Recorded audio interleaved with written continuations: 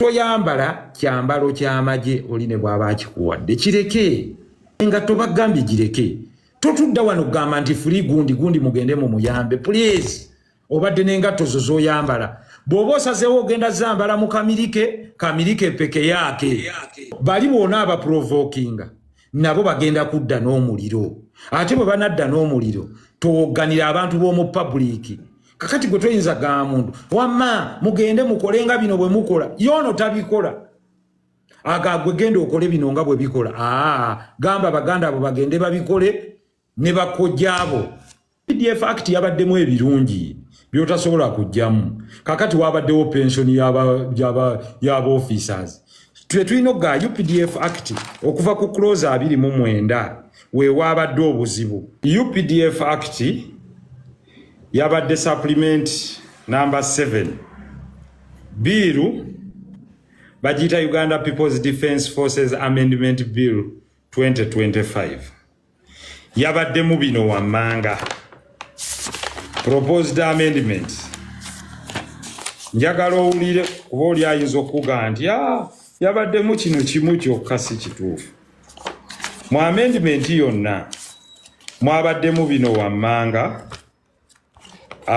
mwabaddemu ensonga y'okurehabilitatinga ba UPDF officers bana ababadde bafunyeeko obulemu 200 gyabwe nga bali mu bifo bye balwaniramu ensonga ya pensioni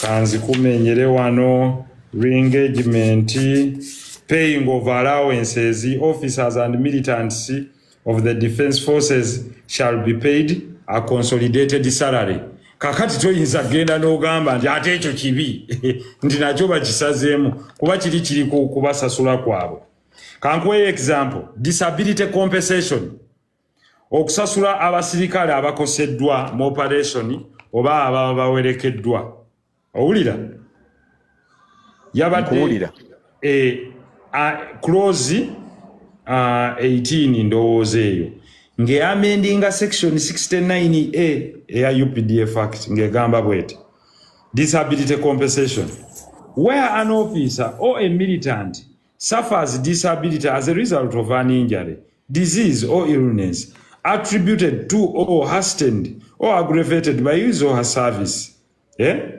to the pensions authority shall grant the officer or a militant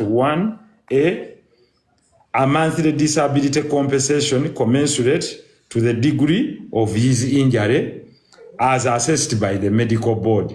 Tugeze omusajja babadde mu operation ne bakasuka ka grenade kabenga babadde mu training naziba amaaso kitegeeza ajja kubanga ali officer ne balina okumuwaayo ke enhancement nti newankubadde bano balina omusaala gwe bafuna naye ono bamwongezeeko nti yandibadde alina byasobola okwekolera naye kati muzibe okitegeera nti takyasobola kulaba kale oba yafiirwa omukono gumu oba eriiso limu kuba mu operation z'amagye bingi ebibaamu kuba remember bano abantu tebali insured nga gwe omuntu wa bulijjo nti olina workman's compensation tisinga obadde ku mulimu mu factory ekyuma ne kikutemako omukono oba balina kuwa $6,000,000 naye ono bw'aba ali mu service tugeze tanka n'emulinnya mu accident yaani amusasula so si nti buli kyabaddemu nti wabadde olina kusituka owakanye buwakanya awo ne baleeta rates of disability to gratuity and reduced pension akasiimo ne sente zisasula oyo aba awummudde kakati kituyinza gamba nti ekyo ate nakyo kyabadde kibi entitlement on death for missing persons officers and militants Lubega yagenda bamutwala mu operation ne bamukuba bomu n'abaluka yenna nevune ligwawo n'abulira eyazaawa mu lutalo kakati abantu besente bazibawa batya ne bagamba bwe bati where an officer or a militant dies within 7 years of date of the injury yes or contracting a disease or illness etc blah blah blah blah blah pension iwe bamuwa to the legal personal representative abantu baabwe in case of spouses bakyala baabwe abaana baabwe n'ebirala. Abamu baba missing in action, minimum pension, waliwo dismissal. Kakati ne tugenda balina okuba ne medical board. Balwadde anaakola assessment yezo. Ebyo tuyinza nabyo kubigira ki kubibuusa maaso. Healthcare while on leave in Uganda. Singa officer ali ku leave healthcare. Then rehabilitation. Omuntu singa abadde addaabululwa atya. Ate healthcare singa officer serving mu foreign countries. Ekyo nakyo ne tukyogerako.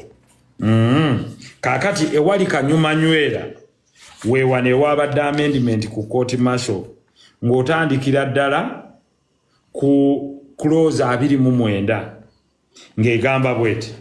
The principal act eri act enkulu gye tugezaako okukyusa is amended enaakyusibwa by substituting okukyusakyusa for section 117 the following. 1. All members of the defense forces are subject to military law. Abantu bonna abali mu bitongole ebikuuma ddembe baba basobola okuyisibwa mu mateeka g'amagye. Negamba bweti. Every officer and every militant of a regular force be describing angaba officers. Members bonna aba reserve force mpuliriza. Oyinawo obuusi. Bw'oba okyali mu reserve force ye muntu eyakolako mu magye n'agawummula. Nga tebaba kumuwa final discharge ne bagamba okyali ku reserve. Naawe oba okyasobola okulamulwa court martial. Ompulira?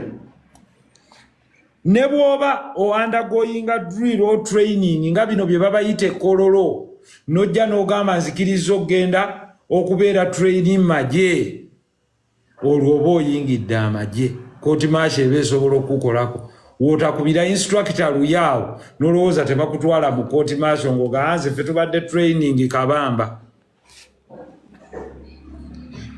In uniform or on duty on continuing full-time military service n'abalala oyinza okubeera ng'oli ku kidyeri ovuga mmotoka oba oli mu nnyonyi ng'oli mu air forces etc. Abo bali subject to court martial. Awo nasituse ne ngamba bwe nti nze ngamba kino kiwakanya kubanga singa munnamagye tetuganya abadde asaavinga najja mu musango gw'omuntu owa bulijjo n'amukuba oluyi noono n'alumuddiza omunnamagye n'amukuba oluyi lw'amaanyi oba munnamagye n'akuba omuntu oluyi lwaki tumutwala mu court martial nga waliwo magistrates court esobola obbalamula. Ekyo nakyo ne tukyogerako.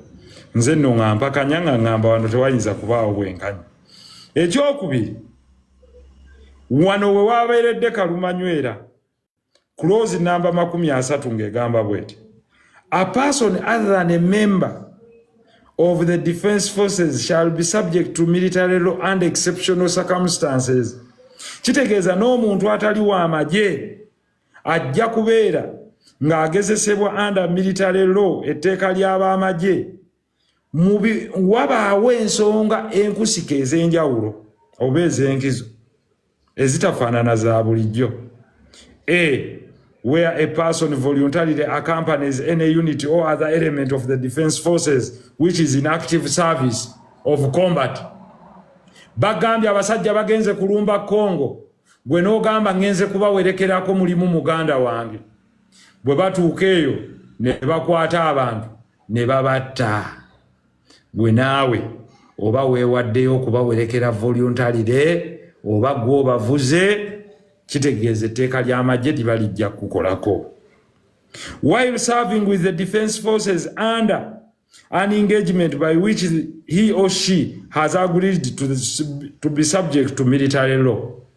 Tugeze weewaddeyo ogenda okuvuga ab'amagye obavuga obatwale ennimule n'osayininga nti kyonna ekintuukako nange banvunaanenga munnamagye nga bakuwadde nga contractor nti ojja kukola nabo kituufu osobola okuba civilian naye n'ogamba nze nja bakuumirako wali ku point guard oba nze nja kuba ndi mbega wammwe ng'ogambye oli mbega waabwe naawe kiba kikwatako. Where the person is in unlawful possession of ammunition or equipment ordinarily being the monopoly of the defense forces prescribed in Schedule 7A.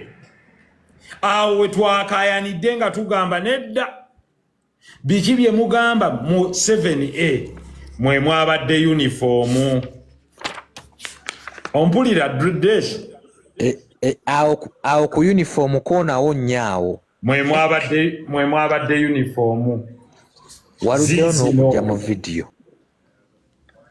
Schedule 7A kati ne tubagamba kana akakofiira akabbuluddeesho okalaba kaliko logo ya UPDF nedda omuntu bw'akambala omusiba tomusiba kubanga tekuliiko logo yaki ya UPDF. Ne tudda kawunda suuti kubanga njagala nnyo ntambuze omuntu wa bulijjo tudde ku sikaati waliwo ne sikaati bw'osanga omukyala mu sikaati eyo aba ayambadde y'amagye aba ayambadde kimunaku akaaba ki omwana w'essomero bw'omusanga mu sikaati eya guliini bwetu aba ayambadde kyambalo ky'amagye nedda. Kati awo we twazzeeyo mu sekisoni eno ne tubawakanya nga tubagamba bwe tuti nti tutereeze kyeva nagambye nti oyinza okubuuza omuntu kyewabadde owakanya wabaddeyo ne mbagamba yino section clause number 30 ne tubagamba nti nno 30 si ngegamba nti omuntu ayambadde awo ne tugamba tutereeze ekyambalo kyokka kyekyo ekirina logo ya UPDF ako twakatereezezza ekiyitibwa ekyambalo kyekiriko akabonero baaki namba siriyo namba eya UPDF tutegeeraganya essebo UPDF era ne tubagamba UPDF eyambala amapeesa agamasaamasa bw'onsanga ne peesa eri masaamasa liba lya UPDF nti okujjako nga liyiko ekigambo Uganda People's Defence Force. Kitegeeza abantu baffe bonna be baakwata tebasobola bakyaji ene nga teba yawa UPDF yekka ines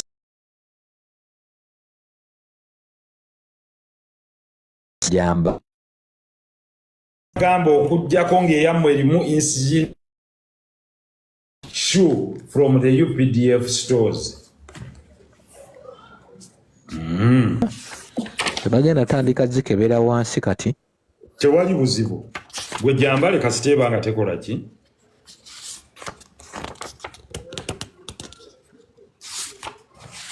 era ne tubagamba obubonero bwonna mu bugireyo bannayuganda basobole okubulaba baleke kubwefaananyiriza.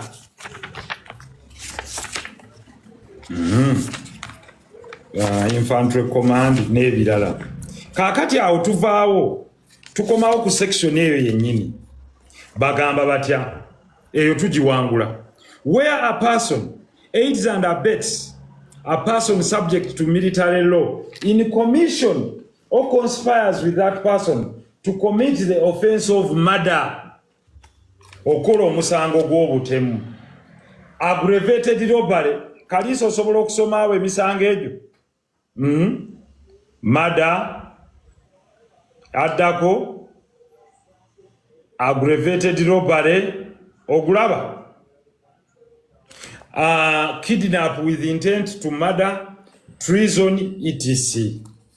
Bannange kiri kye nali mbagamba nti tokeera enkya n'oyimirira n'omuntu olw'okuba yayagala okusanyusa n'agamba nti genda ogambe nti tuli bayeekera gwe tokikkiriza mugambe gwe muyeekera nze siri kubanga aba akusendasendodde muki mu musango gwe bayita ki treason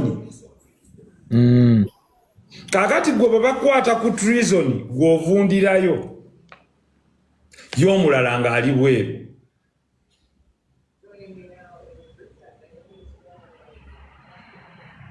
treason is the use of unlawful means to attempt to overthrow a government.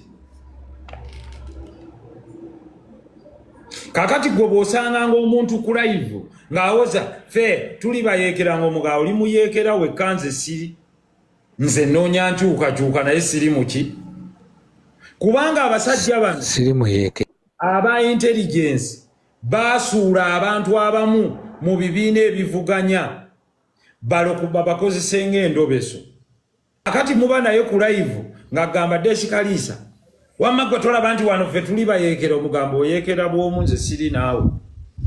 Honorable, sorry nkuzeeko katono ku kyengoye kati camouflage oba zino engoye ziringa ez'abamagye ezo mwazogeddeko ki so are people free to wear those clothes oba no zeewale mbeegayiridde wona ennyonnyolerako nti camouflage eriko bendera ya USA just gyewale.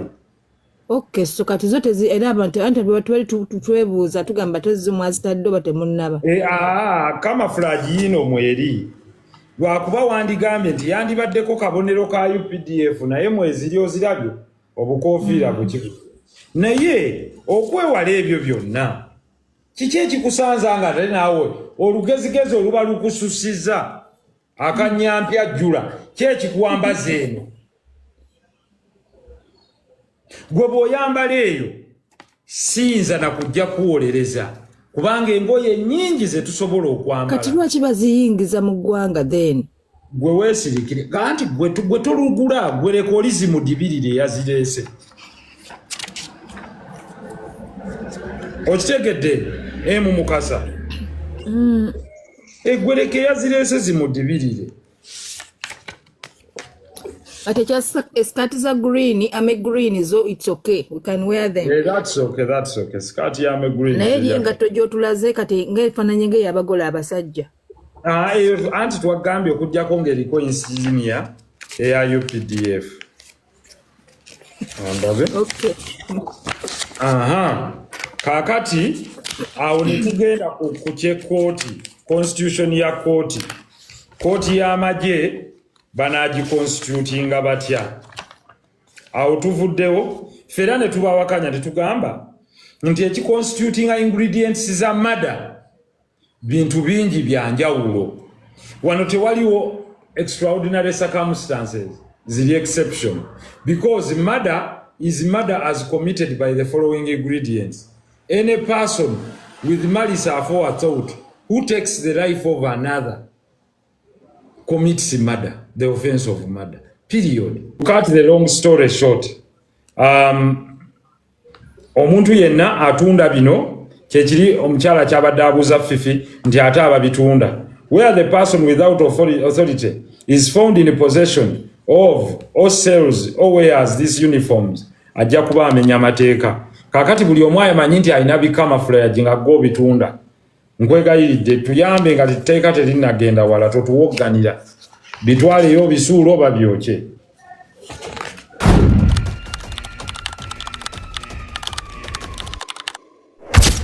Eddie Mutwe yes musibe ffenna tulaba ali charged with aggravated robbery. Aggravated robbery kitegeeza okubba omuntu ng'okozesa eryanyi either ng'osoosa omukuba n'otwala ekikye. Bana abakubisa akatayimbwa n'atwala essimu yo akoze eki awo bonna ebeera aggravated robbery. Akulumbye ewaka n'ekissi aggravated robbery. Lwakuba abantu bangi babadde tebafaayo kugoberera kintu kino. Bazze ku ttaka lyammwe bano abaagala okuwamba ettaka bazze n'amajambiya balina n'ebyammwe bye babbye aggravated robbery. Omusango guno bwe gukukka mu V eyo capital offense egeragezanyizibwako ne kidnapping kutta na kuliisa maanyi. So njagadde ekyo mukimanye nti aggravated robbery musango gwa nnaggomora.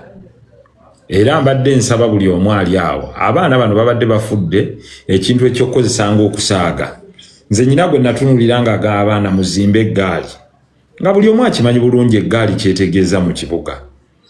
Eggaali kiba kikoosi ky'abantu babbi bagenda bakuba abantu nga bwe babanyagulula. Ze eggaali ezisinga mu kibuga. Kyekiri kye nagambye nti bintu bingi by'osobola okukola mu Uganda ne bigenda bwe bityo.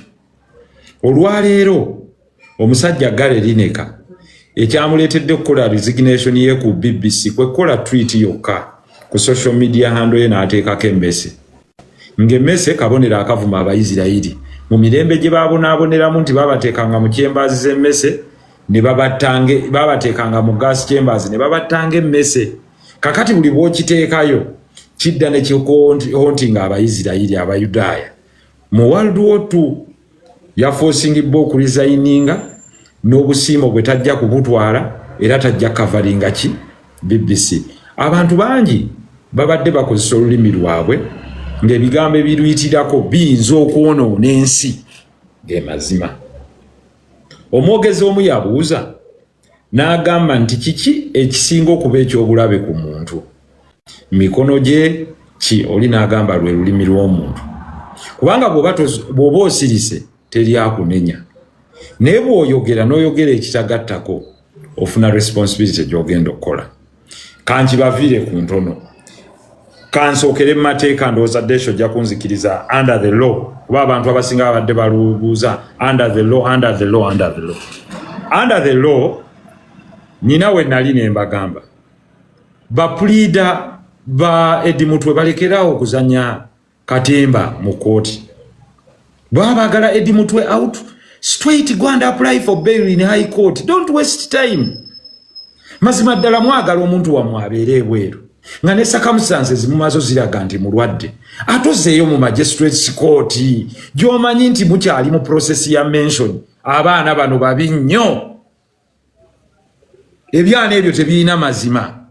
Kati bifudde munne waabyo. Kuba kati nze njogera ku Eddie Mutwe mukwano gwange mmanyi. Bimuzanyisanga katuuni mu kaguli. Mumukoze yeekolekola obusolosolo bwonna. Naye ng'ekyamazima singa bakwata Deshi Kaliiso olwaleero ne baga nti bamukutte ku musango gwa defilement, rape, aggravated robbery oba murder. Muwangu ddala. Nze kasita bamala omuleeta mu magistrates court. Nze kasita bamuvuga omulundi gumu.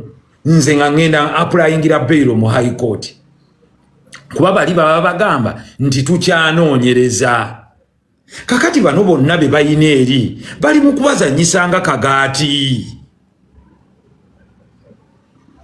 Bakirewo kivumbi. Bano bonna be basoosaayo. Bwaba kyali mu lower court nga tebannaba committinga. Genda gwosabe bail.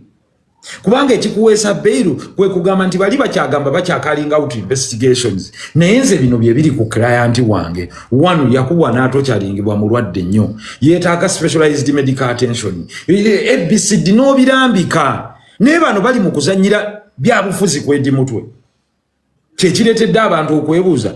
Musajja wattu Eddie yabizannya bakiteesaako oba ddala baagala afulume. Kyekiri kye nabaga nti weegendereze nnyo n'abaddala abantu nga munoonya looya. Omuntu okuzannyira mbulumi bwo. What your client wants is to be out. Oli kasita amala okusesema n'akuzza mu civilian court. Bw'akuzza mu civilian court amateeka gali clear.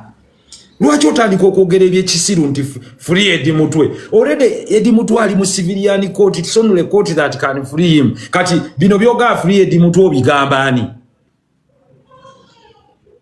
Kubanga okimanyi bulungi the DPP is not subject to control, is an independent person. Ate gwomala n'ogamba twagala independence eya judiciary, twagala independence eya DPP. Ate oli mugamba bali balagire DPP ate Eddie Mutwe. Kitegeeza naawe okkaanya nti you can misuse the law. Ojjukira Deshi nga tutambula omusango gwa Haji. Ne mbagamba mweno ku mention temufaayo. Mention tebata muntu. Nene bakuŋŋaanya abantu bonna obatutte ku mention balambike nti eno tetuzze mu kkooti y'ono mwami Kayinza. Tayina buyinza bugabira ono bailo. kubanga eyo si high court. Omusango munnaffe gwe bamuvunaanye mutuufu oba mukyamu guli only bailable by the high court. Naye olina awuube empumumpu n'awuuba omutwe ng'agenda bannange nkutte ekipapula sebo free gw'ogamba to free him, his hands are tied. Byonna njagadde mumanye nti mulimu ayagala okubenefitingira mu mbeera y'abaana bano okuba abasibe. Kubanga if you want the freedom of Eddie Mutwe, it is very simple. Walk to the High Court, file a miscellaneous application, a bail. Whether the mention has been done or not, Eddie Mutwe will be granted bail. Kubanga olinde ebiwundu bikale ojosabe bail. Balinde ebiwundu ebiri ku mikono bikale. Ebiwundu webiri already. Byangu amangu mu High Court or presenting exceptional circumstances. Naye n'obawulirana ne babatambuza emitwe bagaba basoma mateeka. Nyina mu doubt yawo sigamba bana abaliyo, of course muyizi si mu doubting. Naye nyina mu bempulira nga bagaba basoma mateeka. Ningamba kakati amateeka gano tagamanyi nti eri mu court ono aliyo for mention okyatayipinga ki? Nagamba ku bantu bano nembagamba buli kesi gyosangako nga bavugirako omuntu nga bataddeko and others still at large gidduke lwa nsonga emu. And others still at large kitegeeza fayiro bakyayinza okwongerako ne deshikaliza. Beba others still at large kitegeeza gwe bw'oba olina ky'okola beera mindful okumanya nti bano bateekateeka kukola kino. Kyova olaba nti twabadde tukuba nnyo ekyokuleeta ba civilians mugundi mu kooti maaso kuba kati omusango baaguteereddemu ddala. Wabula kyenjagala okugumyako ku baabaddewo twakikkaatiriza ffe abaabaddemu nti lino etteeka teriddayo ku be baateekayo dda already, nti the law cannot act retrospectively. Oba mukategedde kubanga kooti yagamba bali babayimbule babaze mu civilian court. Kakati tokyayinza kukyajinga Besigye again on the same offense n'omuzza mu court martial. Tokyayinza kukyajinga ba Bobby Yanga again kuba wabakyajinga dda. Tokyayinza kutwala Eddie Mutwe mu court martial.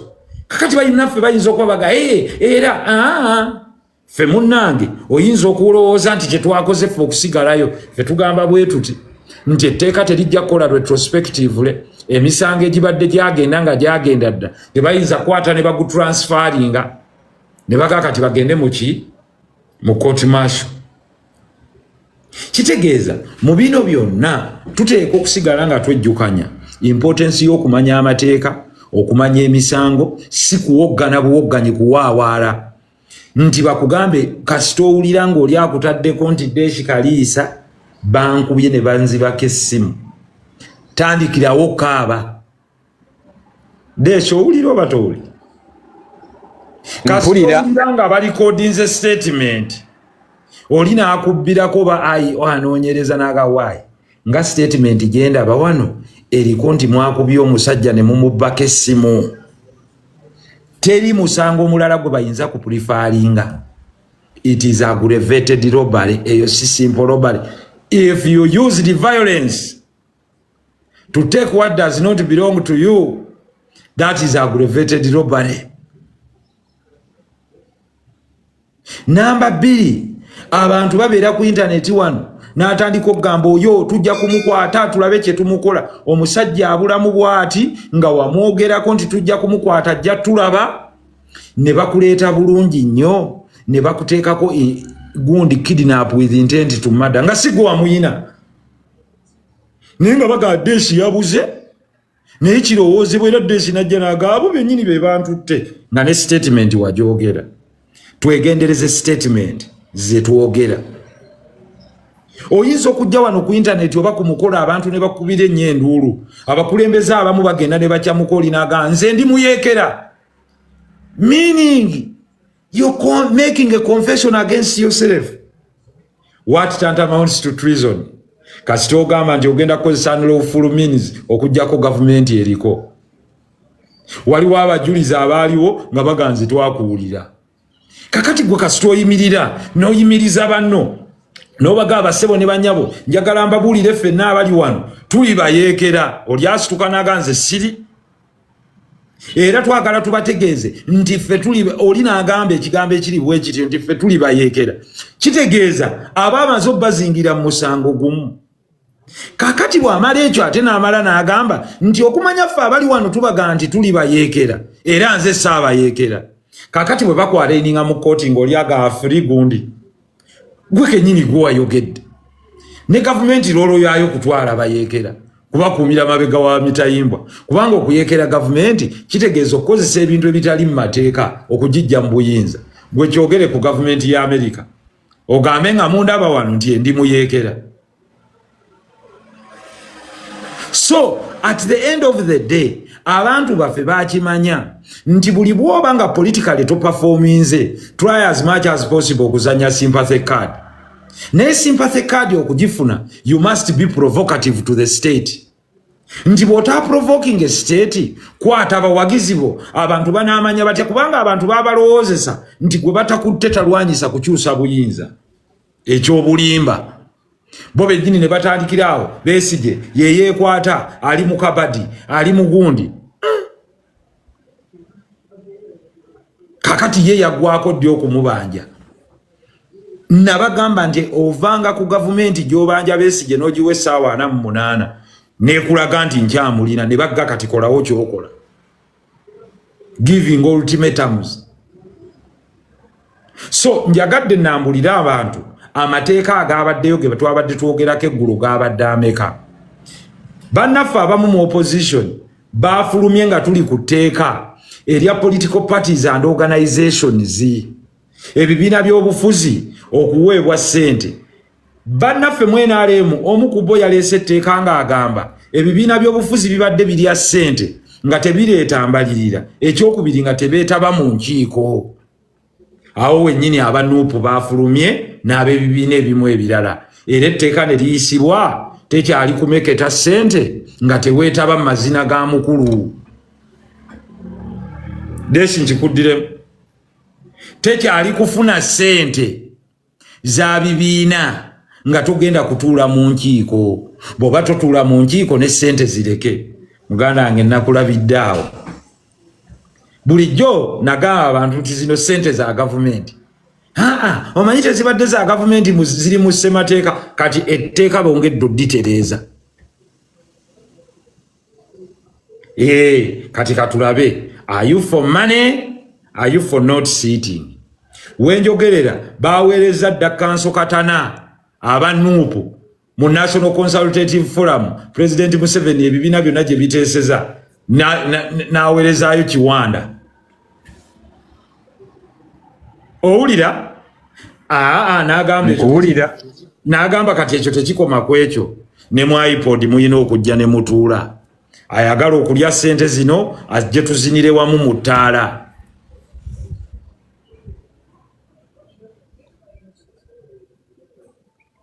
Ojjukira nga nkugamba nti kyandibadde kirungi buli kibiina ne kyenoonyeza ssente zaakyo kyova olaba abakaayanira ebifo gundi muteeke wano kuba buli MP gwe weeyongerako nga ne ssente zeeyongera.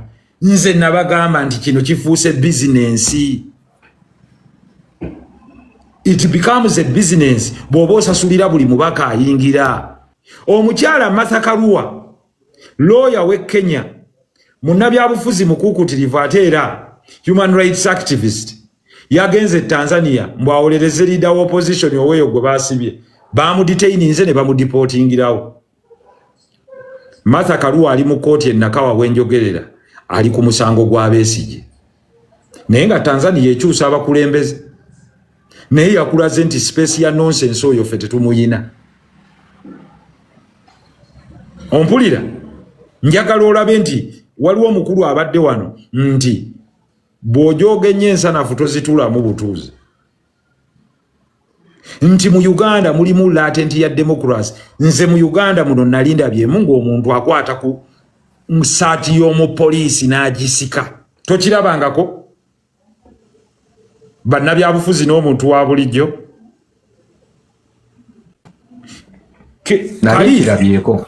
Olwaleero congresswoman gwe bayita Lamonica Makaiva ali mu America akiikirira essaza erimu mu New Jersey wetwogerera musibe lwakwata ku saati ya mu police assault on a police officer gikwateko bukwasi ne wano omukubo oluyina otambula ono congresswoman mu congress ya America akiikirira essaza lya New Jersey bamuyita Lamonica Makaiva yakwatibwa olunaku lw'eggulo ng'ate ne meya wa mu New Jersey ku lunaku olwo baamukwata baali bazze kola operation ey'okutwala abantu ba illegal immigrants n'abagamba nnyina right okujja okulambula ne bamugaba poliisi eri mirimu gyayo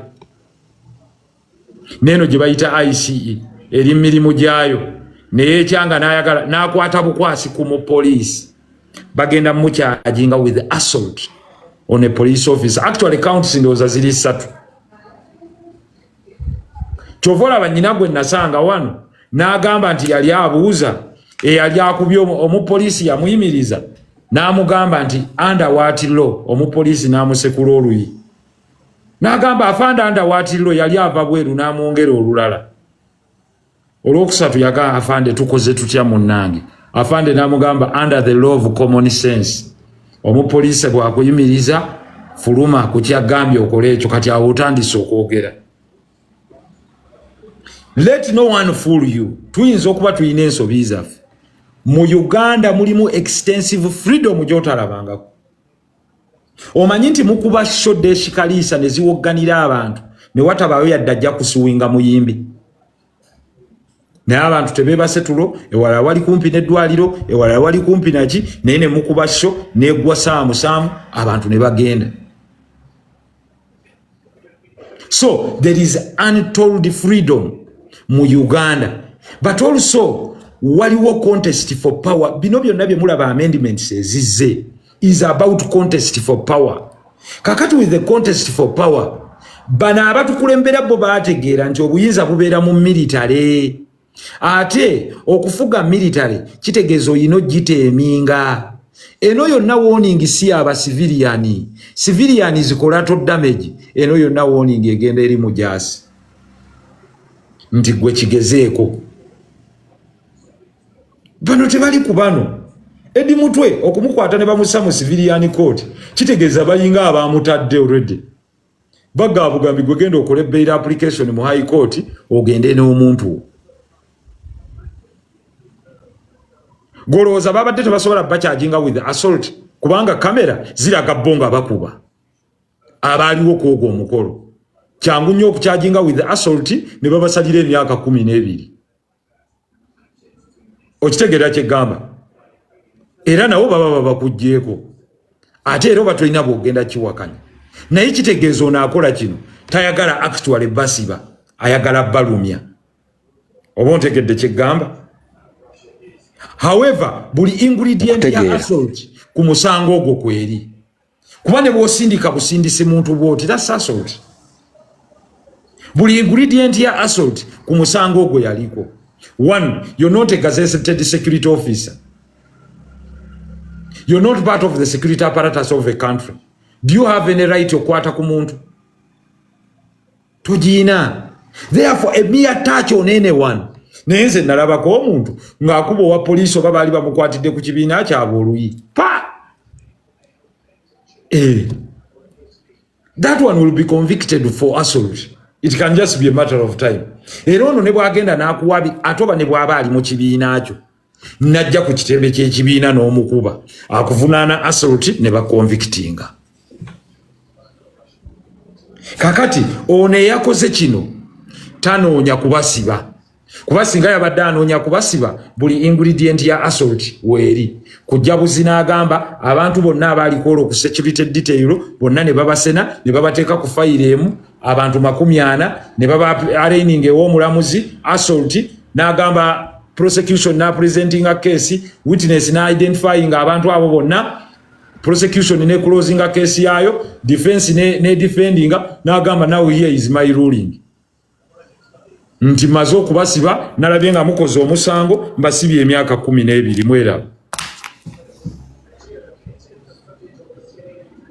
naye ono yayagadde kusendinga message somewhere. Kitegeeza bano abakola bino be basiba n'abasiba bayina backward channel gye bacommunicatingiramu etali official line. Baagala kweragako bwerazi. Njagala mukkiriza oba mugaane bateeka okuba nga waliwo backward channel gye bakoleramu negotiations nga ya muntu atalabika. There is an invisible channel of communication.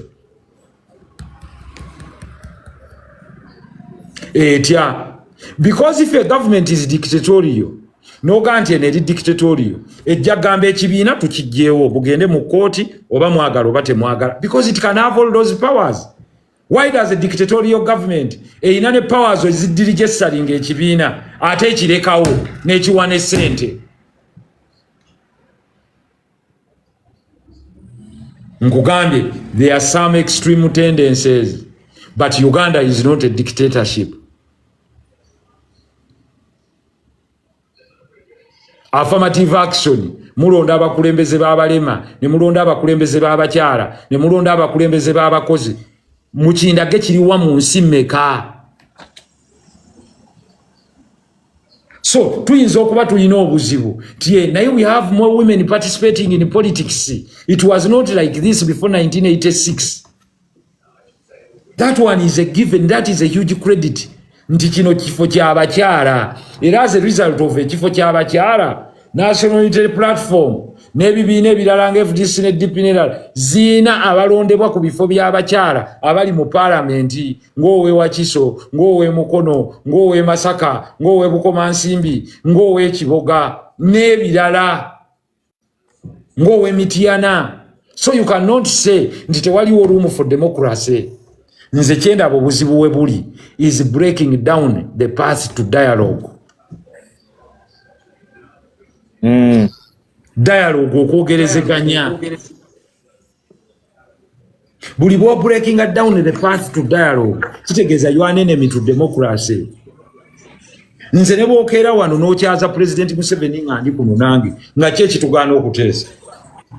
Era mugamba nti seewo kino nkwawukanako. Mukatabo kuwagamba nti ekireese kino ne kino ne kino ne kino tribalism ne nepotism nga mumenyera kino okikoze ne kino okikoze ne kino okikoze netaaga kusooka ku muvuma.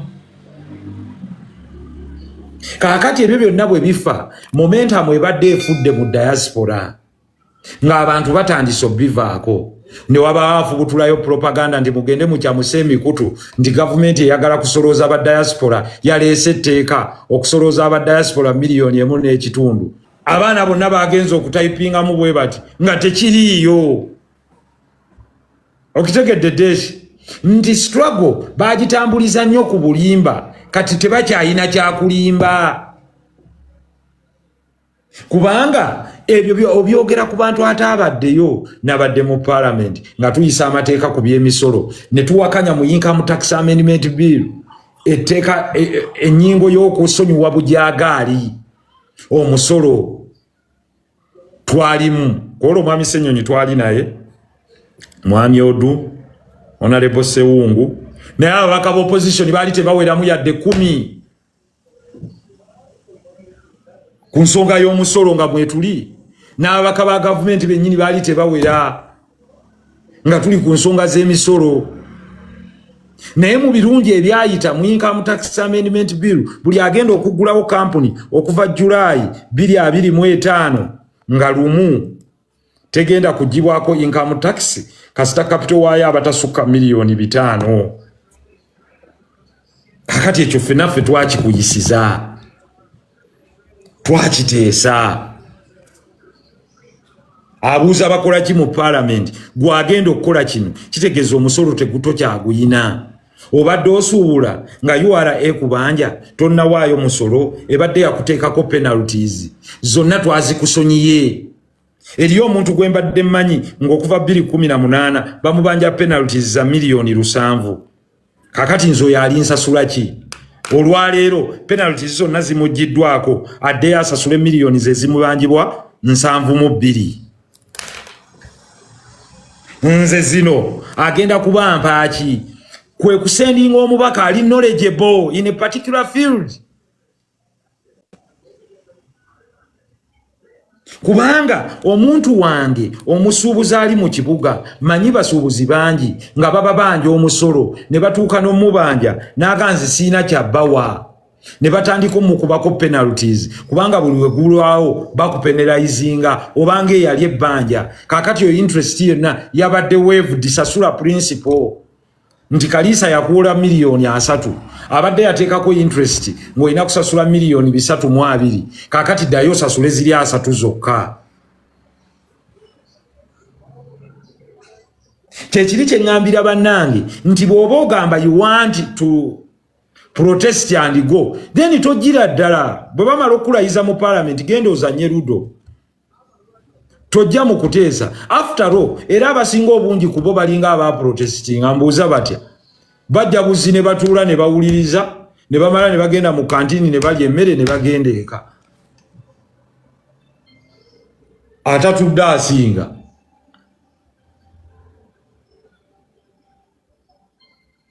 Kakati waliwo yayagala okupika mu bantu kyova olaba buli gwoyita ng'omugamba wakiwulidde nti muteeka ki nti mpulira muteeka ki kubanga kye nakwagalako wagoba olugambo mugagundi sooka oddeyo ettamiro bwe linaakuggwako ng'ojja otubuulire ki etteeka. Kakati kkiriza obagaana bano mubasinzeeko entegeera n'ensumika kyova olaba nabagaye nti eri sympathy card gye baazanyanga enafuye kati baagala gizanyira ku Edi Mutwe. Edi Mutwe takyetaaga sympathy card ya gafuli Edi Mutwe free ed gendo applyingire bail mu high court, don't waste our time. Era awo wandibaddewo looyo omu kubanga awo wajja is only to take a plea. Mr. Edi Mutwe, guilty or not guilty, not guilty, I now commit you to high court under the trial indictment decree, under the trial indictment act nga bakusomera particulars of the offense nakuzomwezi wezi ne weziti kiteberezebwa nti wali ne bano ne mukola kino ne kino mbaweereza mu kooti enkulu muwere nnembe n'emisango gino nga bakuwaako kopiyo eya indictment. Indictment kitegeeza ekipapula kwe bavunaanibwa n'emisango gye bakuvunaana n'ogenda giwere nnemberawa na ku nnaku za mwezi ki. Kakati lwaki bano baba charginga ne capital offense kubanga capital offense basooka kuvugira eno nga biri ebya defilement emyezi 6 then ne bakomitinga. Kakati gweno tobalinda gwegenda direct mu high court ne kati bano bakimanye balooya baabwe abamu nti bano bazanyireko ebyobufuzi wano. Kakati bo bagume mujja genda mu high court okusaba bail nga n'ebiwundu byakala bakugambe nti kiki kyobadde ogamba nti wano wokiraga nti omusajja yajjanjabibwa dda. Kakati mu kifo ky'okuzanyira ku ono ne bw'onooleeta jjajjaawe n'oleeta ani omulamuzi agenda kugamba kimu kyokka siina buyinza. So ku bino bye bagimba abantu babadde baagala kukyamusa abantu ku internet nti waliwo omugwi munnayuganda ali mu diaspora wakusasula miliyoni 1.5. 1 ababyogedde babadde boogera bya kisiru. Ekyokubiri tekibangawo omusolo gwonna guyisibwa mu parliament ogwo gwa byanfuna under income tax act. Income tax amendment act twagimaze dda yawedde dda n'okusayiningibwa yawedde ekyo tekyabaddemu tekiriimu era tekiribaamu. In any case omusolo tebagukyajinga na ssente. Deshi kambeeko ke nkusomesa omusolo tebagamba nti ogenda kusasulemu kitundu bagamba ne bweba income tax nti percentage. Kakati ate gwoyinza okugamba Kadaama naye addange kyetaaga okukwata omuntu towa ate asasula emitwalo 9 nti leeteemu kitundu naye goloozo ogwo omutwe guba temulimu busera bwennyini. Remember income tax ono gy'omukyajinga si eyo. Income tax gwe gy'okyajinga ne gye tubadde twogerako tunuulira ono byakoze otunuulira amagoba gasigaza ogatakisinge. Kakati bano bulwakuba babadde baluzinga Kabakadaama ndowooza ne bayiyaayo ekiboozi mufune yawo Bakadaama batwegatteko ku internet banaye Bakadaama bagenda basabeemu n'ekitundu gwe atakuwa sente asobola okukyajinga income tax okolera mu ggwanga lye. It is the resident country that taxes you. Ensi yokka eyina ekyo, Amerika yokka yekyazinga omutuuze waayo bw'aba yafuluma eggwanga. Andi tekukyajinga egamba filinga tax returns zo. Oyinza n'obbagamba saafunye eyo zero. Ekirala kyokka ekyazze nti kati nniini namba yo ejja kukozesebwanga okufuna kale nniini gye tuyita national identification number ejja kumaakingibwanga ku tiini yo, tax identification number gye tuyita tiini. Kakati ekyo kyo kyakyuse nti bagenda byaggregatinga. Ekyokubiri tojja kufuna trading license nga toyina tiini. Ebyo byabadde mu tax code. Tax code ebaamu kubonereza na kwasisa mateeka mu by'emisolo. Kakati muweereza ababaka abamu ekigambo akiwulira omulundi ogusooka tamanyi bye boogerako, tamanyi misolo bwe bajoogerako, gwe gye gikwatako.